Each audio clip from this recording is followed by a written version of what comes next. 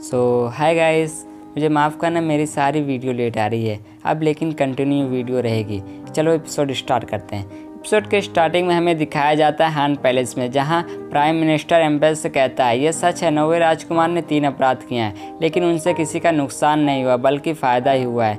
उन्होंने नानियांग को बचाया और बाज़ार की कीमत को बढ़ने से रोका। इस काम से हान और वेई दोनों को फ़ायदा हुआ है। मुझे विश्वास है कि अगर आप इसको माफ़ भी कर दे तो आपके कोई भी नुकसान नहीं होगा महामहिम, बल्कि आपकी रिस्पेक्ट बढ़ जाएगी। जनरल आगे आते हुए कहता है मुझे ये सही नहीं लगता है। हान पे रियल में कुछ योगदान दिया है, लेकिन यह भी इसे बचा नहीं सकता है क्योंकि इसके कामों में गुंडागिरी शामिल थी, इसीलिए इसे कोई और अपराध बचा नहीं सकता है। ब्लड मर्क्यूरस कहता है नौवे राजकुमार हमेशा कानून का सख्त पालन करते हैं, क्या जब आपकी बारी आई तो आप छोड़ देंगे? ज़ांगलियान सोचता है लेकिन भाई हानफे ने सिर्फ 3 अपराध किए हैं। सैनिक राशन तो उन्होंने वापस कर दिया है और अधिकारियों को जो उन्होंने इकट्ठा करके हिरासत में लिया हुआ था ये उन्हें भी छोड़ दिया है। ये उनके फ़ायदे के लिए ही किया हुआ था। ये दोनों अपराध तो अपराध के लायक नहीं है। तीसरा तो महत्वपूर्ण अधिकारी का मुहर चुराने का अपराध है, ये राजा तो बर्दाश्त नहीं कर सकता है। और जो राजा के जन्मदिन का पैसा चोरी किया हुआ था वो भी बहुत ज़्यादा मात्रा में उन्होंने वापस कर दिया। लेकिन अगर हानफे नानियांग के लोगों से वादा नहीं करता तो उसे इतना खतरनाक रास्ता नहीं चूज़ करना पड़ता। फोर्थ प्रिंस आगे आकर कहता है बड़े बड़े अपराधी अक्सर छूट जाते हैं। नौवे भाई ने तो 3 अपराध किए हैं और उससे भी बहुत ही फ़ायदे हुए हैं और कोई भी नुकसान नहीं हुआ है, तो हमें इसे कम से कम दंड देना चाहिए। वेई की महारानी गुस्से में कहती है तुम सब कैसे लोग हो? हानफे ने भोजन की कीमत को हल करके हान और वेई दोनों को योगदान दिया है, क्या उसकी तारीफ नहीं करनी चाहिए? तुम केवल प्रजा हो फिर भी तुम सज़ा देने की बात कर रहे हो। एम्परर कहता है आपने अच्छी बात की आंटी, तो आपको क्या लगता है हमें इसे क्या देना चाहिए? हानफे आगे आकर कहता है अगर आप मुझे कुछ पुरस्कार देना चाहते हैं तो कृपया आप मुझे दंड दें। एम्परर हानफे से पूछता है इसका क्या मतलब है? हानफे कहता है मैंने हान के कानून का उल्लंघन किया है, भले ही मुझे मेरे योगदान के लिए क्षमा कर दिया जाए जैसे प्रधानमंत्री ज़ैंग ने कहा है। मुझे अभी भी सम्मानित नहीं किया जाना चाहिए। इसके अलावा क्योंकि मैं अपराधी न्याय मंत्री हूँ, मुझे गुनाहों की सज़ा कड़ी से कड़ी देनी चाहिए, कृपया मुझे सज़ा दें। एम्परर कहता है मैं फैसला कर चुका हूँ और हमें बाहर का सीन दिखाया जाता है जहां हानफे को 300 कोड़े मारने की सज़ा सुनाई गई थी और एक सोल्जर हानफे को कोड़े मारना शुरू करता है। वहां पे सारे लोग दुखी थे लेकिन उन लोग में कोई भी कुछ नहीं कर सकता था। 200 कोड़े के बाद हुलियान एम्परर के पास आती है और कहती है वह पहले से 200 कोड़े खा चुका है, रोक दो वरना उसे कुछ हो जाएगा।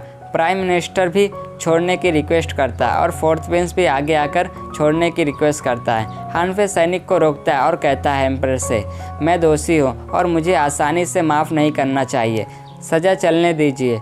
एम्परर एक आदमी से कहता है उसको कहो थोड़ा धीरे से मारे। नेक्स्ट सीन में हमें मिस जूनो और हानफे को दिखाया जाता है। मिस जूनो हानफे की मरहम पट्टी कर रही थी जिसकी वजह से हानफे को दर्द हो रहा था और चिल्ला रहा था और कहता है आराम से दवा लगाओ। मिस जूनो कहती है जब कोड़ों पड़ रही थी तब आपको दर्द नहीं हो रहा था? हानफे कहता है मेरे पास कोई और रास्ता नहीं था, मेरे पिता हमेशा अपनी शक्ति को किसी की भी चीज़ से ऊपर रखते हैं। मैं अपने अधिकार का उल्लंघन करके पहले ही उन्हें क्रोधित कर चुका हूँ। मैं भाग्यशाली था कि मुझे केवल मामूली शारीरिक सज़ा मिली है। मिस जूनो कहती है घाव अभी तक भरा नहीं है और तुम कहाँ जा रहे हो? क्या फिर भी आप किसी से मिलने जा रहे हैं?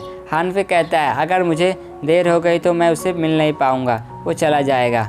और हमें नेक्स्ट सीन में हमें इमराल्ड टाइगर को दिखाया जाता है जहां हानफे उससे मिलने आया हुआ था। हानफे कहता है 10 दिन के शर्त, ऐसा लग रहा है कि मैं जीत गया हूं। इमराल्ड टाइगर गुस्से में कहता है हानफे तुम्हारे जैसा बदमाश मैंने बहुत कम देखा है। हानफे कहता है क्या आपने कभी सोचा है कि नानियांग के लोग जिन्होंने आपके क्रूरल व्यवहार के बाद भी जीवित रहने का संघर्ष किया है, या वे जिन्हें संपत्ति आपने लूट लिया है, वो जो गरीबी में मरे? इमराल्ड टाइगर कहता है मेरी सिर्फ एक ही गलती थी कि मैंने तुम्हें हल्के में ले लिया। हानफे एक सैनिक को बुलाता है और वो एक गिलास लेके आता है जो इमरान टाइगर ने ही हानफे को दिया हुआ था। हानफे कहता है, मेरी चाल शानदार थी, तुम सिर्फ इसीलिए हार गए क्योंकि तुम लालच में अंधे हो गए थे। अगर तुमने अपना खाना भी जला दिया होता तो मेरे पास चाल को पलटने का कोई भी चाल नहीं होती। और हानफे उसे उसी के कप में उसी को वाइन देता है और जैसे ही वो इमरान टाइगर वाइन लेने की कोशिश करता है तो हानफे कप को छोड़ देता है और हानफे कप को तोड़ देता है और हानफे वहाँ पे से चला जाता है। और हम रात का सीन देखते हैं। इमरान टाइगर के पास ब्लड मर्क्यूरस वहाँ पे उसको मारने आया हुआ था। नेक्स्ट सीन में हमें विजन मनोर एक जगह को दिखाया जाता है जहां हानफे और मिस जीनो को दिखाया जाता है। हानफे कहता है, क्या आपको ये जगह पसंद आई, इसका व्यू पसंद आया? मिस जीनो कहती है, अगर आपका भाग्य सही नहीं होता तो ये शर्त हार चुके होते। हानफे कहता है, यह भाग्य नहीं था, मेरे पास मदद थी, वरना इतनी बड़ी मात्रा में भोजन पहुंचाना कोई आसान काम नहीं है। सही लोगों के बिना ये मुमकिन नहीं था। और हमें वहाँ पे यांगलिंग को दिखाया जाता है। हानफे कहता है, भाई वेसोंग रोशनी में थे और टियानसी अंधेरे में था। नाइटफॉल ने सोचा भी नहीं होगा कि ये सब टियानसी कर रहा है। ज़ांगलियान वहाँ पे आकर कहता है, हिसाब कर लिया गया है।